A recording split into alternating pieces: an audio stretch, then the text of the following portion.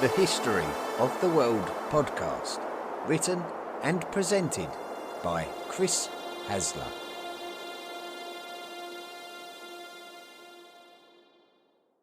Study and play come together on a Windows 11 PC. And for a limited time, college students get the best of both worlds. Get the Unreal College Deal. Everything you need to study and play with select Windows 11 PCs. Eligible students get a year of Microsoft 365 Premium and a year of Xbox Game Pass Ultimate with a custom color Xbox wireless controller. Learn more at windows.com/student offer. While supplies last. Ends June 30th. Terms at aka.ms/collegepc. When you need to build up your team to handle the growing chaos at work, use Indeed Sponsored Jobs. It gives your job post the boost it needs to be seen and helps reach people with the right skills, certifications, and more. Spend less time searching and more time actually interviewing candidates who check all your boxes. Listeners of this show will get a $75 sponsored job credit at Indeed.com/podcast. That's Indeed.com/podcast. Terms and conditions apply. Need a hiring hero? This is a job for Indeed Sponsored Jobs. Experience a membership that backs what you're building with American Express Business Platinum.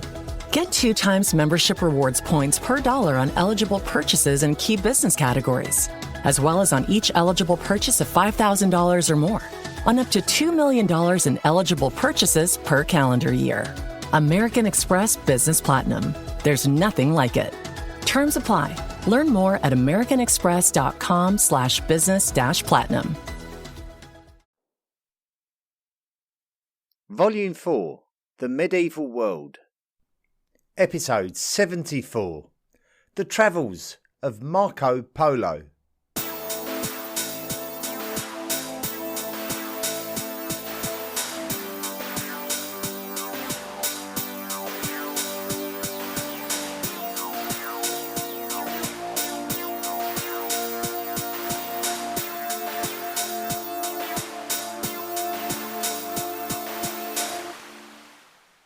Today's story starts in Venice, the city of islands in a lagoon in northeast Italy, which faces the Adriatic Sea, famous for its maze of canals and seemingly endless amount of bridges. In the modern day, it is an Italian city, but during the medieval period, it was its own republic, built on maritime trade. After the collapse of the Western Roman Empire, peoples of the Adriatic coast who spoke a Latin language called Venetian found that their lands were the subject of southward migrations from Germanic peoples such as the Ostrogoths and the Lombards. The Venetian speakers fled to the relative safety of the islands in the lagoon, and so the beginnings of what would develop into the modern city of Venice were realised. Venice managed to maintain its Latin identity during the chaos that befell the Italian peninsula in the aftermath of the fall of Western Rome. Venice's isolation from the mainland enabled it to develop in relative independence. Some of the families on the islands would develop a good amount of wealth, and this would lead to the city establishing a bishopric and a dukedom. The wealth was generated by naval trade, and this was facilitated to some degree by the Eastern Roman Empire, also called the Byzantine Empire, which protected Venice, helped by their common ancestral links to Latin culture. Under this protected status, the Venetians became more wealthy and more powerful, extending their trade links to the Eastern Mediterranean, including the Byzantine Empire and Egypt. Venice attempted to maintain an independence from the affairs which pitted the papacy and the Holy Roman Empire against each other. But in the ever-changing world of maritime trade routes of the Mediterranean Sea, Venice would have to learn how to defend itself and its interests. Up until the 12th century, the relationship between Venice and the Byzantines had been beneficial for both sides. Venice prospered thanks to the support of the Byzantines, and the Byzantines would have a powerful trade mediator and naval ally in the west. When the Byzantines started working alongside maritime trade rivals of Venice, such as Genoa, the Venetians really went into business for themselves, battling to take complete control of the maritime trading posts within the Byzantine Empire. So, tensions grew. During this period, the power of Venice had enabled them to create a realm which contained areas of land on the mainland, and a great council was formed which would rule Venice as a republic. The Venetians considered themselves every bit as influential as the Byzantines, regardless of any relations garnered between the Byzantine Empire and trade rivals such as Genoa. Pope Innocent III called a crusade against the Ayyubid Sultanate at the beginning of the 13th century in order to regain control of Jerusalem for the Christians. The Venetians became actively involved in the transport of crusaders. But when the crusaders failed to pay the Venetians took the opportunity to turn the crusade into a Latin conquest of Constantinople, the capital of the Byzantine Empire. This was a considerably prosperous time for Venice, and this brings us into the period of this week's episode. Two Venetian brothers who were merchants were enjoying the prosperity that Venice was now enjoying as a major player in Mediterranean trade, and their names were Niccolo and Maffeo Polo. Niccolo and Maffeo headed out of Venice to see if they could generate some wealth in the Latin Empire capital city of Constantinople. However, Constantinople was traditionally the capital of the Byzantine Empire, and although the Latins had run the Byzantines out of Constantinople, the Byzantines had ambitions of reclaiming their lost empire. Niccolo and Maffeo recognised the dangers of the political situation and decided to move over the Black Sea to Crimea, which was likely occupied by Turkic peoples who were under the influence of the Golden Horde, the westernmost Mongol Empire polity. When the Byzantines did successfully reclaim Constantinople, the fate of many Venetians there was quite grim, so the two brothers were well out of it. With very little chance of being able to return to Venice, the merchant brothers ended up on a journey eastwards, really through no fault of their own, and because political circumstances dictated it. Tensions were mounting between the Golden Horde and the Ilkhanate, which was also a polity of the Mongol Empire. So the brothers decided to keep on the move. While in the modern Uzbekistani city of Bukhara, the two brothers would meet a messenger of the Mongols who invited them to travel to China. The two brothers arrived in China and were introduced to the Chinese ruler, himself a member of the Mongol ruling family and named Kublai Khan. Kublai Khan would be enthusiastic about meeting these European merchants and saw an opportunity to make connections with the West and the Christian Church. Kublai Khan would send Niccolo and Maffeo Polo back to Europe to deliver a message to the Pope in an attempt to establish a cultural connection between Mongol China and Christian Europe. So the two brothers did indeed return to Europe after over 10 years of absence. Before the two brothers had left Venice during the 1250s, Niccolo had left behind an infant son called Marco. Now it was the beginning of the 1270s, and Marco was fast becoming a young man when he would see his father again, when Niccolo had returned from China.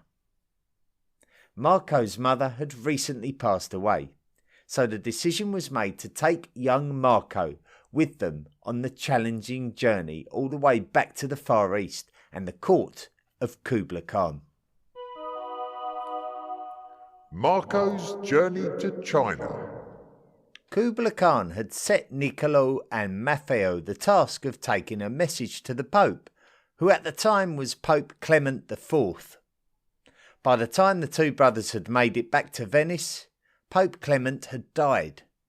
So the two brothers decided to wait for the election of the new Pope before setting off for the Far East once again. It just so happened that the election of a new Pope on this occasion was taking longer than it has ever taken in the history of the Catholic Church. The lack of cohesiveness between the senior cardinals of the Catholic Church prevented an effective election from taking place. The two brothers were not prepared to wait forever for the church to sort itself out, so they decided to set off on a galley across the Mediterranean Sea to the Levant. They landed at the city of Acre, which is in the modern country of Israel, and at the time was within the Crusader state called the Kingdom of Jerusalem. Kublai Khan had requested from the Pope that he be supplied with 100 educated priests and some oil from the lamp at the Church of the Holy Sepulchre in Jerusalem. The two brothers were given permission to go to Jerusalem and obtain the oil, but without a pope, it was impossible to take 100 priests. The two brothers then sailed to a location called Lias, which has been identified as the coastal settlement called Ayash, which is in the modern Mersin province of Turkey, which was an area under the control of the Mongol Ilkhanate. It was while the Polos were in Ayash that they learned that a man called Teobaldo Visconti had been elected as the new pope, and to be known as Pope Gregory X. And rather than send 100 priests to accompany the Polos to China, the new pope would send 2 friars. But these 2 friars dipped out of the mission very quickly, choosing not to complete the journey. Thanks to the extensive conquests of the Mongols earlier in the century, a period which has been referred to as Pax Mongolica existed, referring to the fact that merchants could travel in relative safety from west to east, due to the fact that the Mongols controlled all of the lands of the Silk Road. The period has also been dubbed as the Pax Tartarica, and this is in direct reference to the Tartars. We know that the Mongols subjugated the Tartars very early in Mongol expansions, but from the Western context, many of the peoples under the rule of the Mongols were of Turkic origin, and so a familiar term used to refer to those Turkic people under Mongol rule was Tartars. So, for example, when the Mongol Golden Horde invaded Poland and Hungary, it is not unusual to see the European nations refer to this as a Tartar invasion. Thanks to this Pax Mongolica, the Polos were able to travel across Persia. Marco would recall seeing a great number of exotic goods passing through this central hub of the Silk Road. Porcelain from China, spices from India, incense from the Arabian Peninsula, and worked metal from the Levant, just to reference a few. In order to travel from Persia to the Silk Roads in the north, the party would need to tackle the mountain ranges of Central Asia, including the Hindu Kush and the Pamir Mountains. The mountains were quite inhospitable, with extreme temperatures during day and night. The mountain passes were very remote and unprotected. After managing to cross the extreme mountain ranges, the journey would not become any easier, with vast deserts needing to be crossed. Some of the cities encountered were just left in ruins following the Mongol conquests just a few decades earlier. It is said that it took the Polos 30 days to cross the Gobi Desert, but once they had near enough reached China after 4 long, hard years of travel. At the court of Kublai Khan. When Kublai Khan learned of the arrival of his 2 friends, Niccolo and Maffeo Polo, he was thrilled and afforded them great levels of hospitality. Kublai Khan admired their loyalty and accepted their gifts. Kublai Khan then asked about the young man who was accompanying them, and so Niccolo introduced him to his son Marco. Kublai Khan welcomed Marco with the same warmth and hospitality, and so a great relationship between Kublai and Marco began to develop.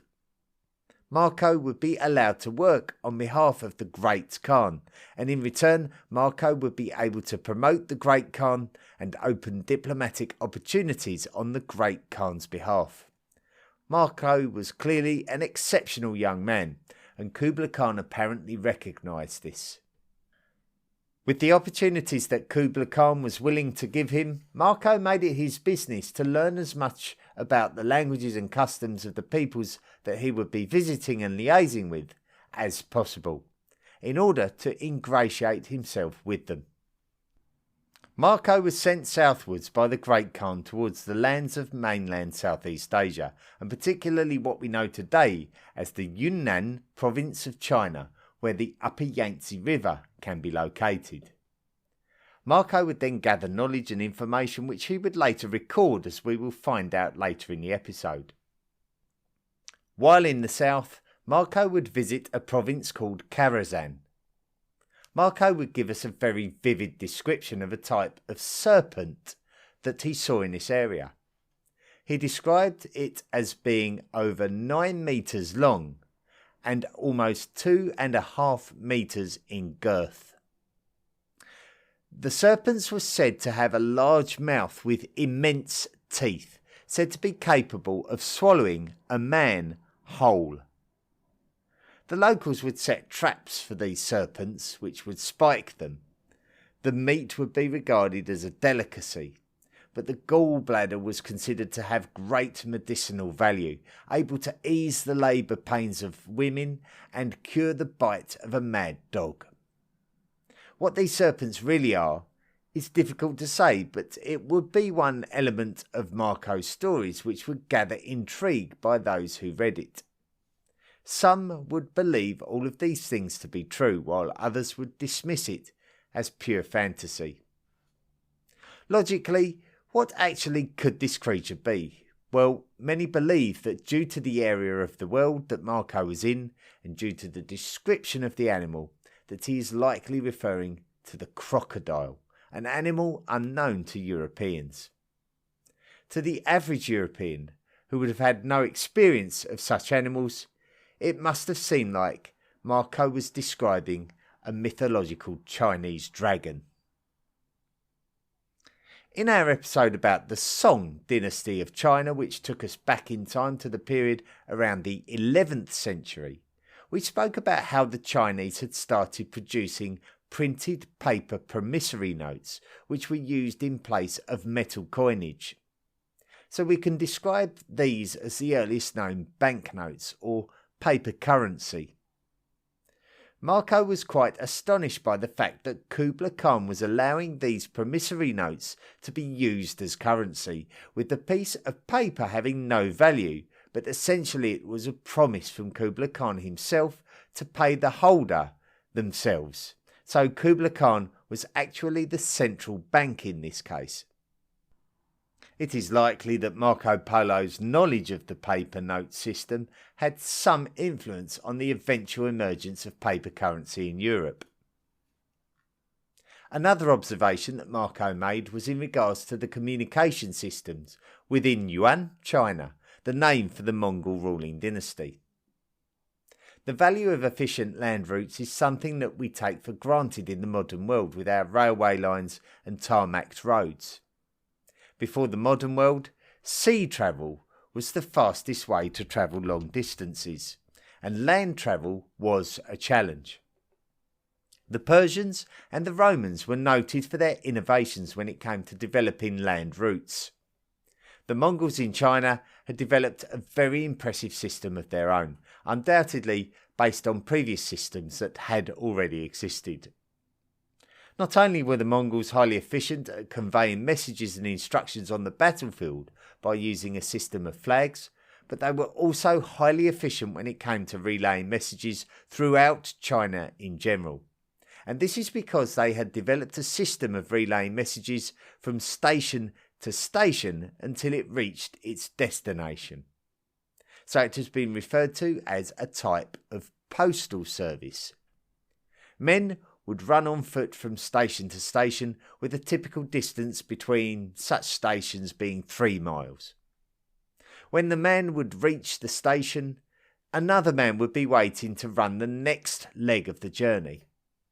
For longer distances, horses were used, and the stations would have the appropriate facilities for both horses and messengers to remain fed and watered. Although Europeans did have a similar system for relaying messages, Marco Polo noted that it was not nearly as efficient as the system used by the Mongols. Knowledge is also something that we take for granted in the modern world, where we have the internet at our fingertips. In some areas of Europe, coal was being burned for heat, but not in Venice. In Venice, they used wood. So when Marco Polo discovered coal being burned in China, he felt compelled to mention it in his writings.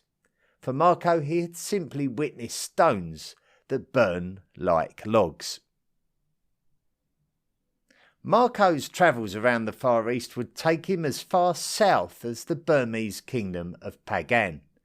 But as much as Marco was probably living a privileged life at the court of Kublai Khan, a trusted foreigner in the land of Chinese subjects, there was a desire from Marco to return to Venice. Each time this view was expressed, Kublai Khan denied Marco the ability to return, and Marco would know that attempting to return west without the approval of the Great Khan was a virtual impossibility. All in all, Marco was working at the service of Kublai Khan for around 17 years. The Journey West. Buluwan was a Mongol princess who was married to the Ilkhan Abaka Khan. Abaka's father was Hulagu Khan, the ruler of the Ilkhanate, and Hulagu was Kublai Khan's brother. Strictly speaking, the Ilkhanate, although autonomous, was under the rule of the Great Khan, Kublai Khan, which is why it is called the Ilkhanate, with the term Ilkhan meaning subordinate Khan. Buluwan was the principal wife of Abaka Khan. As we are already aware, Mongol rulers were expected to have numerous wives and concubines. When Abaka Khan died, the rule of the Ilkhanate passed briefly to his brother Tekuda, and then to Abaka's son Argun. Argun would add his father's wife, Buluwan, to his own list of wives, and this is likely to be because the highly regarded Buluwan would have been entitled to the benefits and protection that being the current Khan's wife would bring. Buluwan would actually be Argun's 9th wife. Buluwan died in the year 1286, and Argun would reach out to Kublai Khan to send him a new wife from Buluwan's family clan. A teenage girl called Kokhchin was chosen. The Polo family had appealed to Kublai Khan on a number of occasions to allow them to return home to Venice, and it was continually refused. Kublai Khan would then go on to entrust the Polos to escort the young Princess Kokhchin to the Ilkhanate in order to marry Argun Khan. After carrying out this incredibly important responsibility, the Polos would be allowed to return home to Venice at long last. They had enjoyed the hospitality and the gifts of Kublai Khan, but now Kublai Khan was an elderly man in his 70s, and without Kublai Khan, who knows what the fate of the Polos and all of their possessions would have been. So Kublai Khan may have allowed them to leave out of respect for the Polos and that potential outcome. Kublai Khan gave the Polos a gold tablet called a paitsu, which acted like a kind of passport from the Great Khan himself, which afforded the Polos special privileges and safe passage on their journey. They set out from the port of Quanzhou, which sits on the Taiwan Strait.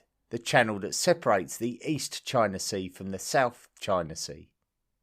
A fleet of 14 large junks were manned by at least 600 people. When setting sail, the Polos would be utilising thriving maritime trade routes that were bringing such things to China as spices from India. However, the fleet suffered misfortune early in their long voyage, experiencing bad weather which severely hampered their progress. Many men were lost, but it is not clear how. We do know that some eventually reached the island of Sumatra, and that they would have to wait for some time for the winds to switch direction so that they could continue westwards. While forced to camp in Sumatra, Marco Polo reported enjoying good quality fish, wine and nuts, but also that they were in the company of ritual cannibals who may have been an Austronesian peoples called the Bataks. Also, Marco Polo claimed that there were unicorns the size of elephants and men with tails. The large unicorns are suggested to have actually been rhinoceroses, but the men with tails are not something that I can explain. Eventually, when they were allowed to leave Sumatra, the fleet set sail for India. In India, Marco Polo experienced the trade of many spices and precious gems. The journey from Sumatra to India was highly challenging, with arduous weather conditions and the threat of pirates. Another observation made by Marco Polo was the cultural act of bride burning, which relates to the acts of dowry payments that the bride's family are expected to make to the groom. Essentially, it involves the murder of the bride by burning as a punishment for the failure to honour the dowry. And I'm sorry to tell you that the heinous act of bride burning is still a problem which exists in this area of the world today. The final stop for the fleet was at Hormuz, which was a Persian port controlled by the Ilkhanate, the very polity that the Mongol princess Kokhchin was intended for. Much of the fleet did not complete the journey, and it's possible that some of the men chose not to continue rather than become the victim of bad weather or piracy. It was around the time of their arrival in the Ilkhanate that the Polos learned of the death of Kublai Khan, and although the Polos were travelling under the protection of Kublai Khan, the Paitsu that they possessed was still honoured, and the Polos enjoyed the hospitality of those who they came into contact with that were loyal to the Mongols. The Ilkhan who was intended for the Princess Kokhchin was Arghun Khan, but by the time Kokhchin had arrived in the Ilkhanate, Arghun Khan had died, and so Kokhchin married his son Mahmud Ghazan, who would later become Ghazan Khan.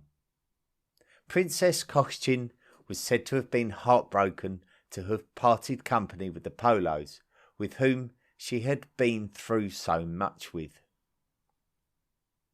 The party continued across land to reach the Black Sea, and then a sea journey back to Venice. Even this leg of the journey appeared to take a lot of time, as the Polos did not arrive back in Venice until 1295, which is 4 years after they left China. When they first arrived back, the Venetians were quite wary of these orientalised travellers who had been away for 24 years and had been somewhat forgotten about. Within the seams of their strange clothes were a wealth of precious jewels and other valuable objects, which the Venetians would celebrate after their initial scepticism. The Venetians were very keen to bring wealth into their domain, as the Genoese were now in a bitter war with them, being their main Mediterranean trade rivals. Il Milione. The ongoing war between the Venetians and the Genoese required Marco to command a galley, but unfortunately he was captured by the Genoese and imprisoned. The Genoese had also had problems which led to conflict with the Republic of Pisa, and one Pisan that had already been imprisoned was Rustichello. Rustichello was a romance writer, and while Rustichello and Marco Polo were imprisoned together, Rustichello would record in writing the stories of Marco Polo's journey to and from China, and what he did and what he saw while he was there.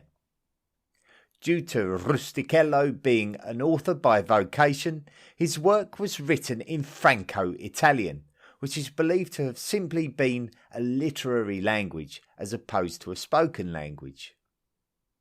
Marco Polo and Rustichello were both eventually released from prison, and it didn't take long for Rustichello's writings to be published.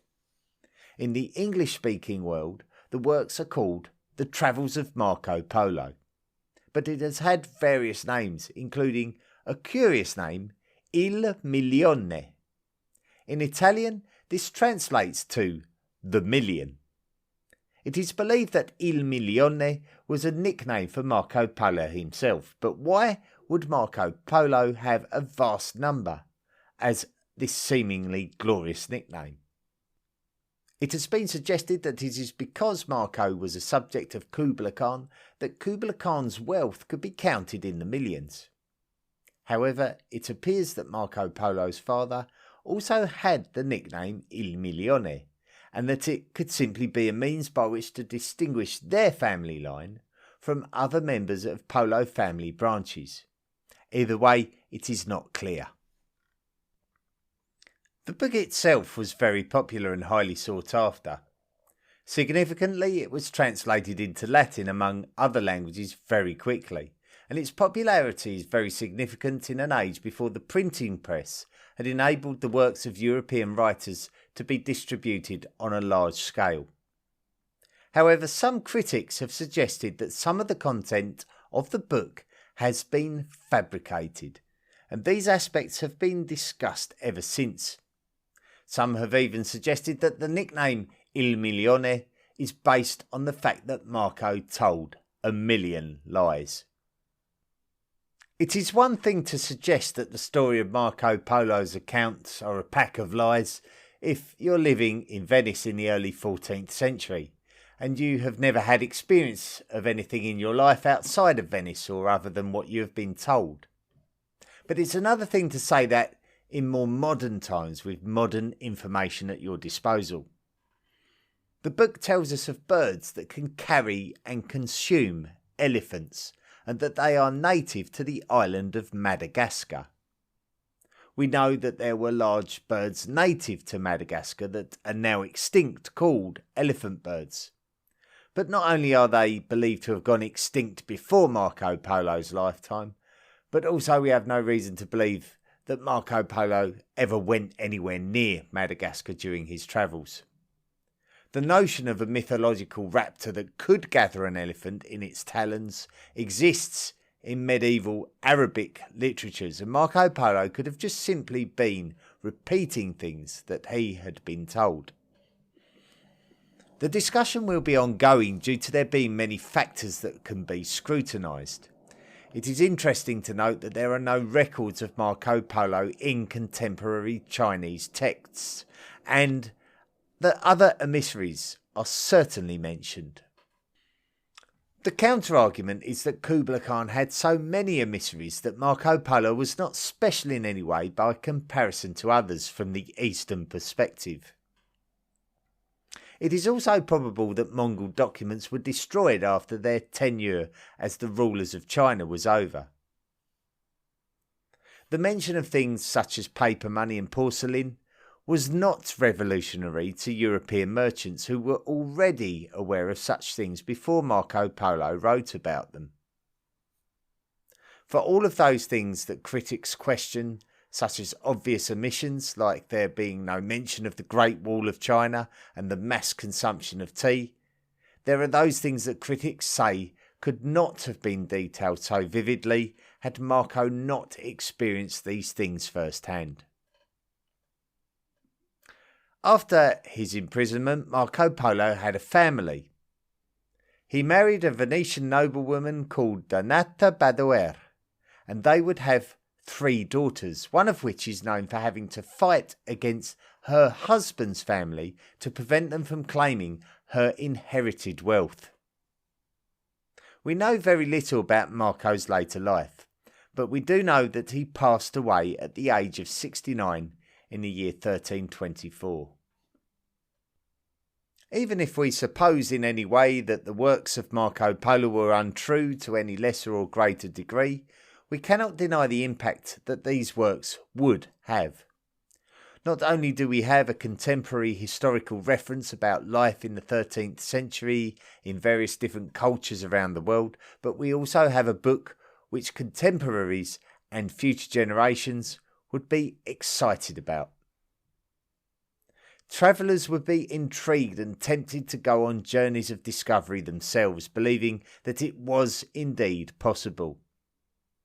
Cartographers would be able to construct better maps to be able to facilitate the journeys of future explorers based on the content of Marco Polo's work. Likewise, European merchants would have a better understanding of the opportunities open to them should they have the nerve to travel eastwards.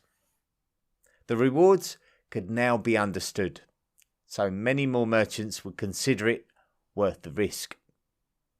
So the work was inspirational, and there's possibly no greater endorsement than the claim that just 2 centuries after the work was penned, the very famous Genoese explorer, Christopher Columbus, carried a copy of this work as he set sail westwards in search of an alternative route to the lands of China that he had read about.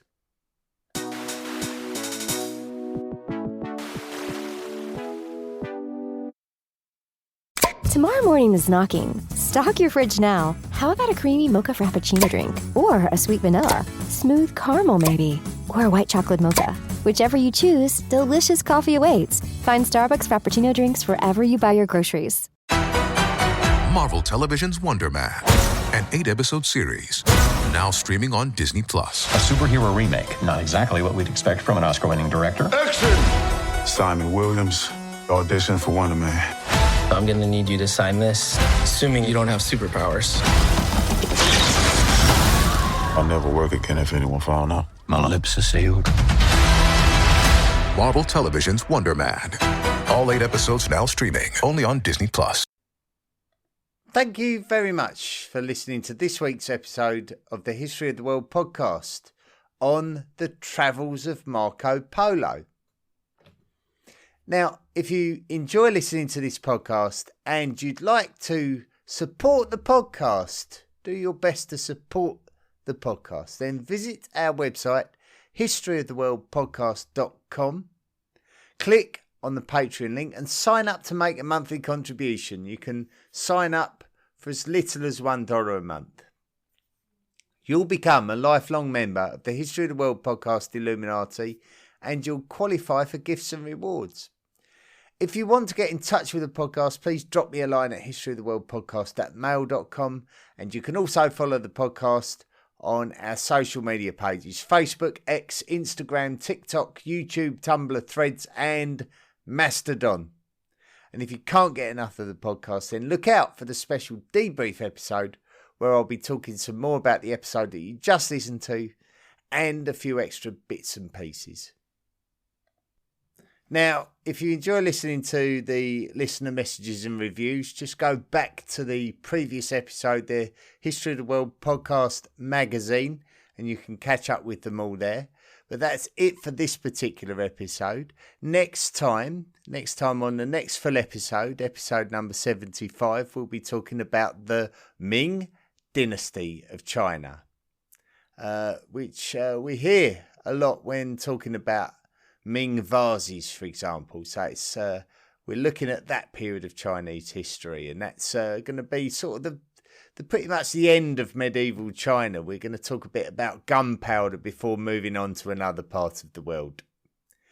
So if you want to listen to some more, you want to listen to a little bit more rambling about the episode that you just listened to, then please do switch over to our publication on the debrief of the Travels of Marco Polo. Just look that up in your History of the World podcast listing.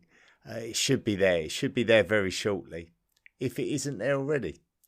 But until next time, thanks very much for listening, and be good. Have no fear, Chosen Foods is here to defend your favorite foods from the forces of seedy oils and sketchy ingredients. With cooking oils, salad dressings, and mayo, all powered by the good fats from 100% pure avocado oil and simple, delicious ingredients. Chosen Foods. Ryan Reynolds here from Mint Mobile. I don't know if you knew this, but anyone can get the same premium wireless for $15 a month plan that I've been enjoying. It's not just for celebrities. So do like I did and have one of your assistants switch you to Mint Mobile today. I'm told it's super easy to do at mintmobile.com/switch. Upfront payment of $45 for 3-month plan, equivalent to $15 per month required. Intro rate first 3 months only, then full price plan options available. Taxes and fees extra. See full terms at mintmobile.com. The History of the World podcast, written and presented by Chris Hasler. Please consider making a financial contribution by going to the historyoftheworldpodcast.com website and clicking on the Patreon link. Email the show at historyoftheworldpodcast@mail.com. And don't forget to join our social media at Facebook, Twitter, Instagram, and Tumblr. See you next time.